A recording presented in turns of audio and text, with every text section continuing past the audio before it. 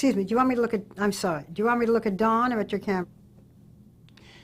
I'm Don Carlton from the University of Texas at Austin. This is May the 23rd, the year 2000. This is an interview with Barbara Walters at ABC in New York City. Well, let's start this interview with some pretty obvious questions. What was your name at birth? Barbara Jill Walters. Did you have any nicknames when you were a child? I didn't have any nicknames that I liked. I was very thin. I remember some members of the family calling me Skinny Malinka Dink. I didn't love that. When I was in college, I was called Bobby. We all took masculine names. My best friend, whose name was Marsha, was called Mike, etc. But for most of my life, I've been called Barbara. I haven't loved it, especially because there was an entertainment program called Saturday Night Live with a wonderful woman who did an impersonation of me. And she was called Bawa Wawa. And I realized that Barbara Walters, my parents meant well, but I thought I should have been named Babs Elliott. I thought that would have sounded much better. When were you born? I was born in Boston, Massachusetts. And when? In when? What? September 25th, 1931.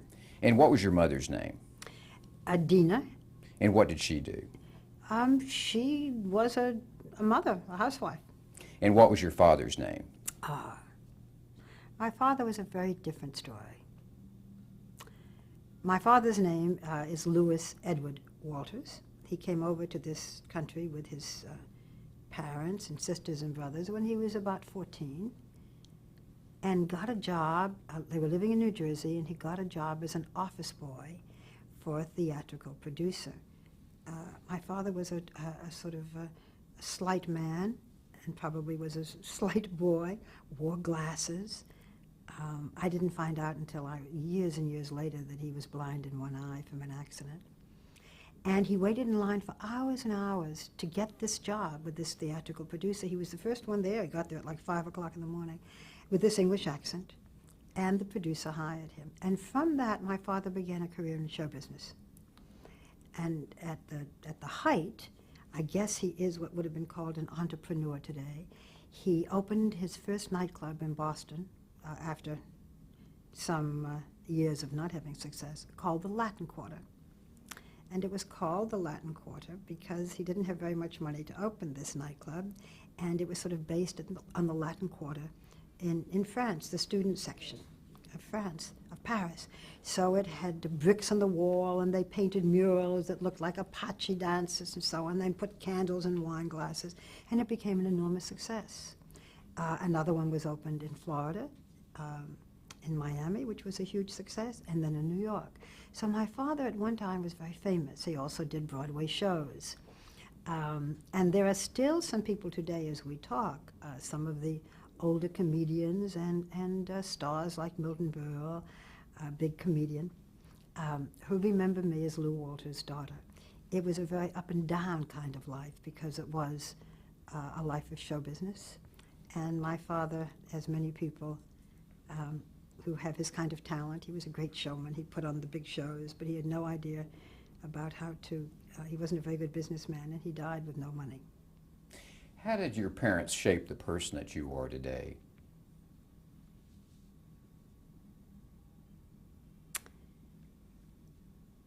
The insecurity that made me know that I had to work at a time when many women of my generation were not working. You know, they got married and had children, or they had a job until they got married, or when I was in college, I mean, if you weren't married by the time you graduated from college, it was, you know, what's wrong with her? She's 21, 22, and she's not married. But because my father was in show business, and because there were these ups and downs, I always felt that I had to work to take care of myself. But beyond that, I had an older sister who was, we would call today in our politically correct times, mentally challenged, who was mildly retarded, enough to make a very great difference in our whole family's life. And I always felt that I would have to take care of her, even though she was older. And eventually I did. And so there was this need to keep working. You know, men have grubby jobs, and so what? They have to keep working, and little by little they work their way up if they work very hard. Most women didn't. And so if I had to think of the pervading influence in the growing up years of my life, really until my sister's death, which was about 6 years ago, it would be my sister. Did you have any other siblings? I had a brother who died before I was born, so it was my older sister and myself. And my parents always worried about her. She lived with them really all of her life. And there was always concern about what would happen after they were gone, or the fact that she didn't have friends, and the contrast between both of our lives was very apparent. It gave me an understanding and a compassion that I might not have today. And the other thing, in a totally different direction, was that because my father was in show business, and because I knew so many of the big stars when I was very young, the Latin Quarter in Florida was a very glamorous place. People would come down from Palm Beach. Joe Kennedy, who was the father of President John Kennedy, used to come all the time. And there were big stars of the days, like Sophie Tucker and Milton Berle and Frank Sinatra and so on. And I used to sit up in the lighting booth, because I was too young to sit downstairs, and watch the lavish numbers, which were like the Las Vegas shows with beautiful girls and beautiful costumes and all the entertainers. And then I'd see them backstage without the makeup. I'd hear their problems. I'd know their stories. And I realized that celebrities were people, and I've never been in awe of them, which probably has made it easier for me over the years to be able to do interviews with big celebrities and know that underneath sometimes the facade of security or beauty and so forth, there was a bleeding heart. You were a very young girl during the Depression, but do you have any memories of the Depression as a child? Well, I didn't know that there was a Depression. I did know that my father was affected in other ways. That is, I think it was probably around that time that vaudeville died. My father originally used to produce shows for theaters all over America. Then motion pictures came out, talking pictures came out. And there wasn't the need to have stage shows. I remember my father would go to Nova Scotia to do a show, and wherever he could. And so little by little, that source of income dried up. And I remember, although you don't realize that you were struggling, and certainly we were never, I never went for food or clothing. But we didn't live in a very lavish fashion at all. I mean, I remember my mother going downstairs to stoke the furnace, and she spent, talk about single mothers, most of the time my mother was alone, and I was very, very close to her because my father was traveling so much. And that is why when he opened the Latin Quarter, with the story goes with his last, I don't know, $3 or something, and it became this kind of success, our lives changed almost overnight, and I was very young then. So I do remember the change. In part, I remember because we moved from Boston to Florida, and I would go back and forth to different schools, and then to New York. I went to 3 different high schools in my 4 years of high school. I didn't love that. So it was as my father's life changed. How would you rate yourself as a student when you were younger? I was a very good student. I worked very hard. I was a very serious student. Because in part, I kept changing schools, so I always had to prove myself. I was not good in art. I was not good in gym. Once I got 4 A's and a D, maybe it was even an F, and that was in gym. I also failed cooking. Oh dear. It's funny, something comes into my mind, and it's not an answer to your question, but my daughter, once I heard her on the telephone when she was much younger, and she was saying to someone, "My mommy doesn't drive," because I don't. I'm afraid of driving. It's silly, but I am. My mother didn't drive either. So she said, "My mommy doesn't drive, and my mommy burns the meatloaf." My mommy can't do anything but television.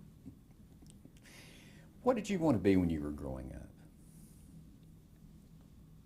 I wanted to be an actress.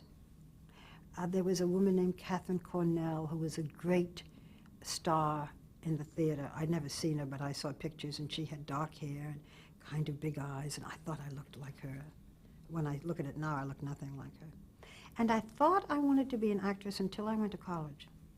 And my father then was quite well known, and I went to see some of the theatrical agents and realized that if I was turned down, I took it very personally. I didn't have the kind of stamina or the guts. I had the pull but no push.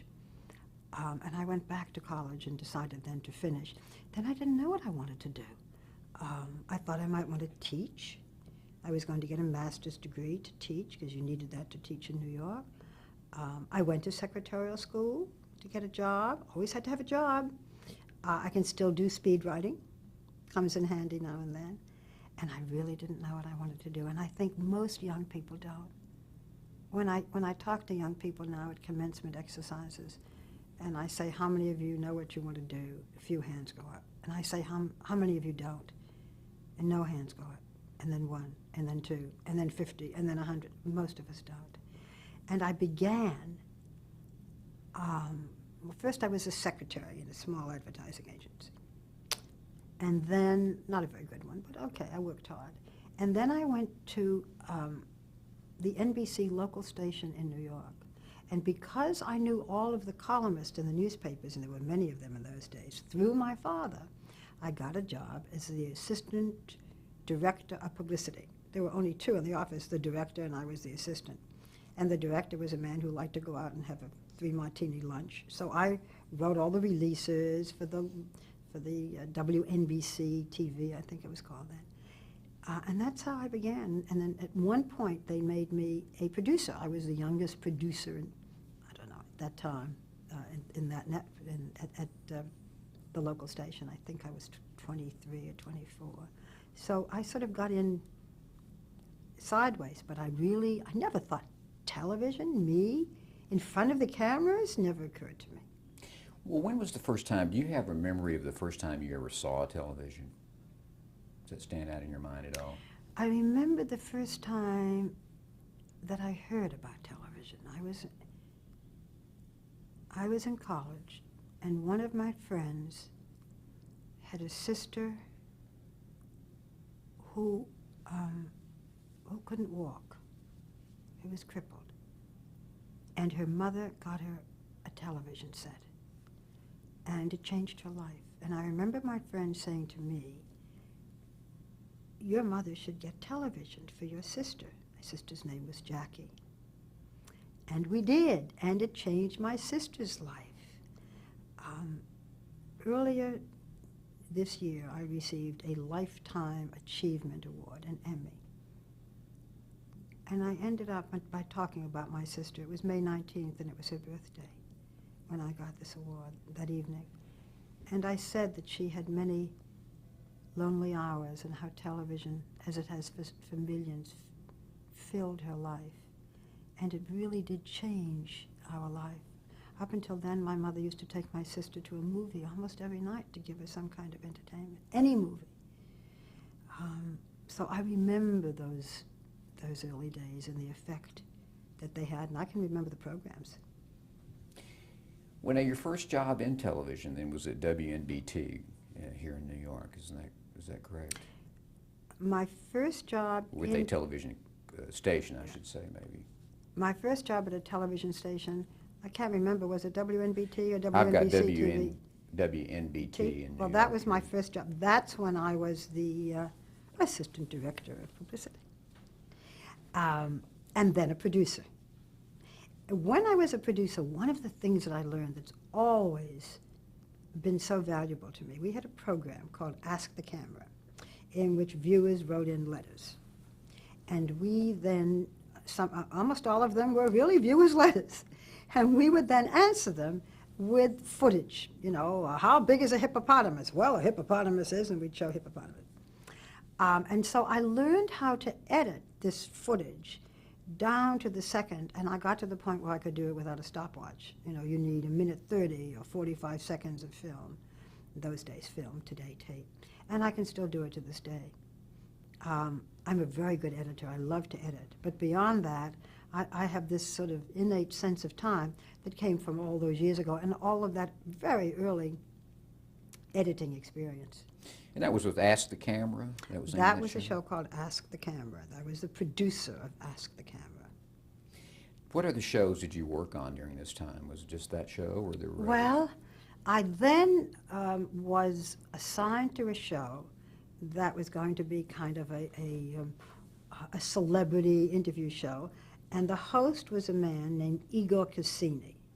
Now, in case you don't know who Igor Cassini was, his brother Ola Cassini was a very famous fashion designer who did many of the clothes for Jacqueline Kennedy when she was First Lady. So Igor Cassini had a column in New York, and the station decided to do an interview with him. And we held a cue card up the first night, and the cue card said, "Good evening, and it said IC for Igor Cassini. These were all live shows, and he said, "Good evening, this is IC." Well, that was the first and the last of that program. I then left WNBT, and I went to work for another station called WPIX, and there I did a woman's show. When I stopped to think of it, it wasn't terribly different from the women's shows today. We did Answer Your Mail. We spelled it M-A-L-E. Even on the show that I do now called The View, the daytime television show that I co-produce and appear on, we do a Barbara's Mailbag. I mean, I think back all those years ago, and we had celebrity interviews and so on. And I did that. And then I took a vacation in France, I remember. And it went off the air while I was gone, and I was so glad. Oh, I was so happy because I could stay in France and Italy. When I came back, I went to work for CBS on a morning show as a writer. And it was called Good Morning with Will Rogers, Jr., the son of the famed Will Rogers, the raconteur. We had wonderful producers. One of the writers on it, a man who wrote for Will Rogers, became very famous, is still very famous on 60 Minutes. His name is Andy Rooney. We go all that way back. And I was a writer on that show. I wrote for Will Rogers Jr. And also one day we did a fashion show. Again, all of these shows were live, and the model didn't show up, one of the models. And so I put a bathing suit on and was one of the bathing suit models. That was my first time on television. I hope that film has been destroyed. Then I got another job. That show eventually went off the air. And it's interesting because Walter Cronkite, I think, was on it then. Right, and Dick Van And Dyke Dick was... Van Dyke. And even then it went off the air. Mm-hmm. Will Rogers Jr. was not Will Rogers. There was an old saying, Will Rogers never met a man he didn't like, and at the end of the show he said, "You accept his son." And Will Rogers Jr. was a very nice man, but he wasn't very good on television. So I was then out of work. What about Dick Van Dyke, though? Oh, he was wonderful and funny and had enormous charm and humor. You know, there were a lot of people. Jack Parr was on, it seems to me, for a while in the morning, so on. It was a very different time in television, and there were not a lot of morning shows. The main one was the Today Show. So I was now out of work, and to make this endless story shorter, I went to work for a public relations company called Tex McCreary, Inc. He was one half of then a radio and then television team called Tex and Jinx, and I handled different accounts for them, different radio and television accounts. And one of the accounts that I handled was the Today Show with a man named Dave Garroway, who had started with the Today Show and was a wonderful personality. And he loved gimmicks and he loved gifts and so forth, and we got him model trains. One of our clients was Lionel Model Trains, and we got this huge spread of trains for Dave Garroway, or we would do a fashion show, or we would do all kinds of things. We would find reasons to have things in the Today Show.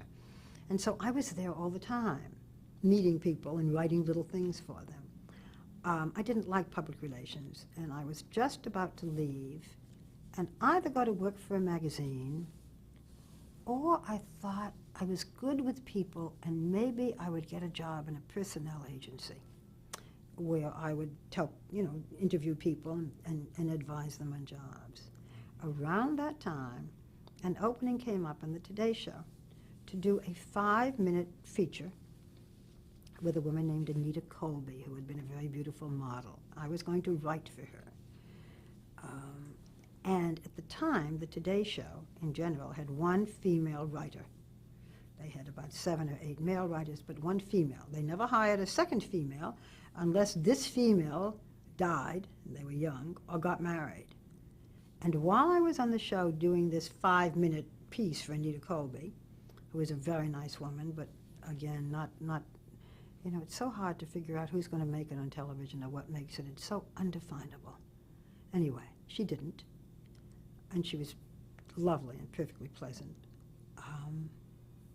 But the Today Show, up until then, had the one female writer, and then the female on the air did the weather. Today it's all weather men, there is all weather women. And she usually was a model or an actress, very beautiful, or she sang. It was much more of an entertainment program. And I was hired, the female writer left for some reason, and I was hired as the female writer. I mean, that was fantastic. So I wrote for all of the women and did the exercise pieces, and my big breakthrough was not being on the air, it's when the producer said, Barbara can write for the men. Barbara can write other things besides fashion shows and celebrity interviews. And then I began to do reports. I was a Today reporter. And I did reports outside of the studio. There was still a woman on as, they were not co-hosts in their days, but there was the Today Girl, she was called, the Today Girl. I was the Today reporter. I did the day in the life of a Playboy bunny. I did the day in the life of a nun. How's that for contrast? I traveled. And that's how I began on the Today Show. Well, let me ask you a couple of things about early television during this period of time, and in fact, a little bit earlier. During the 50s, the late 50s, mid-50s, of course, was the period of the blacklist. Did you have any personal experience with the blacklist No, and at I all? wasn't involved with television then. I mean, that really, I was too young for that. And what about the fact this was also live television? This is kind of a period of time when it was all live. What was it like to be on live television in those days? We didn't think that there was any other thing besides live television, but when I first came to work on the Today Show, and Dave Garroway was the one who hired me, we did 3 hours of the Today Show because we did a third hour because of the time difference in the Middle West. There was no tape where you could repeat that hour, so we'd have to say to guests, would you mind staying around another 2 hours? Or we'd fill it with something else, and 3 hours a day was what we did because it was live. Everything was live. But, you know, in some ways it hasn't changed. The Today Show and Good Morning America and the other morning shows are still live. The View, which I do, is live. And there is an excitement about doing something live if it's done right. That has a certain magic that you don't necessarily get on tape or film. And then there were what I remember as being wonderful dramatic shows. Playhouse 90 and I can't think of some of the other names, but we watched television a lot, and these were all live shows. Mm-hmm. Well, as a writer, was it different writing for live television? I don't think there was any difference then writing, because the writers did the same thing then that they do today on these morning shows. They pre-interview the guests, and they help to write the questions for the people who are on the air. So I didn't feel that. I remember writing the introduction when Hugh Downs became the host of the Today Show. Little did I know that a few years later I would be hosting, but not hosting. Again, there were no co-hosts in the beginning. It wasn't until 2 years, and that's another story, until 2 years before I left the Today Show that I became a co-host. Well, and since then, everybody in the morning show, on all of the morning shows, every woman is now a co-host. Well, let's talk about Dave Garroway a minute. This is about the pioneers of television. Certainly. Dave Garroway is certainly a pioneer. What are your memories of Dave Garroway? This was a man who was able to look into that lens, as I am doing now, and talk to people at home as if he was talking one-to-one with you. It was an enormous contact, feet, communication with the audience. He would end the program every day saying, peace. He had come from Chicago, and he had a kind of quiet charm and style and a tremendous curiosity. And when the Today Show began, everybody said, this isn't going to make it. Who's going to watch at 7 o'clock in the morning, tune on television? Radio, yes, a lot of radio. But you're going to want to watch television? While you're shaving, you'll slit your throat. While you're cooking, you'll, burn the eggs. And it was, this was never going to make it. And of course, little by little it did, and it's an institution. Something happened today, and I'm afraid it happens occasionally to perhaps to people in theater, in the movies, on television. And that is that it, in a way, it affected his personality. It may have been that he was getting up so early in the morning. I don't know. But I remember the first day I was on the program, his drinking something which may have been something to pep him up. I don't know. And he began to run the whole office and program in a kind of dictatorial fashion. Now remember, I came in at the very end, and he was extremely nice to me. Whether he left the Today Show or whether he was asked to leave, I don't know, and that's why I'm talking about the somewhat changes in his personality. But he was a giant in television and had a capacity that was unique.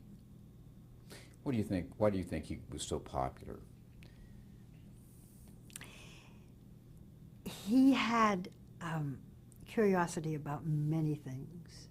He had an easy way. Nothing ruffled him. Other people I've seen have that quality. Hugh Downs had that quality. People believed him. He seemed to be telling the truth. He was truthful about not about his private life. None of us talked about our private lives in those days. He was a great communicator. He loved jazz. He was an original, and there are not that many originals. His cohorts on that show, of course, as you well know, were Frank Blair and Jack LeScoulie. What are your memories of them? I remember them both very well because I worked with both of them. First, I worked with them as a writer. Frank Blair later went on to be the news reader because he wasn't actually a newsman. And Jack LeScoulie was supposed to be sort of the comic on the program. So I remember them very well. When I came on the program, they were still there. And then sometime after Jack LeScoulie left and Joe Garagiola came on during most of my time there, and I loved Joe Garagiola. It was a very happy time for me, Hugh Downs, Joe Garagiola, and me. I think we were very, very good and very compatible, a trio. That big change occurred in 1961, and around 1961, and there was in fact a large change. John Chancellor came in, Edwin Newman, and do you remember much about why that change was made? Yes, I do. John Chancellor came in after Dave Garroway, I believe, and he had been a newsman, what we'd call a hard newsman. And I wrote for John Chancellor at that point. And I think he was very unhappy doing a program that wasn't straight news. I think it made him uncomfortable, ad-libbing, doing things live. And after 1 year, he left. Ed Newman I knew very well. Ed was the intellectual. He never became the sole host, but he was a substitute host, and he was on many times, very dry, in the best possible way. But it was after John Chancellor that Hugh Downs came on. And in the beginning, there was a lot of controversy about Hugh. He's not a newsman. He'd done concentration. He was doing a quiz show. How dare he come on a news program? You know, news people are very snobbish. I mean, I think I should say, although perhaps I'm a part of it, we're a tight little club. And Hugh proved to be very popular, and that was a big change. Let's talk about Hugh on the next tape.